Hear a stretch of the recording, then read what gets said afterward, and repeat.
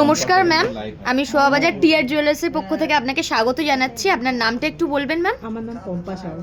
আপনি কোথা থেকে এসেছেন ম্যাম? আমি কসবা থেকে। কসবা থেকে এসেছেন। আচ্ছা ম্যাম, আজকে কসবা থেকে এসেছেন এবং এই চেনটা আমাদের কাছ থেকে পারচেস করেছেন।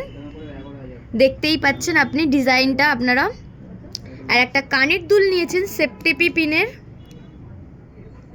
দেখুন খালি ডিজাইনগুলো। একটা অ্যাঙ্কলেট নিয়েছেন রূপোর ওপরে,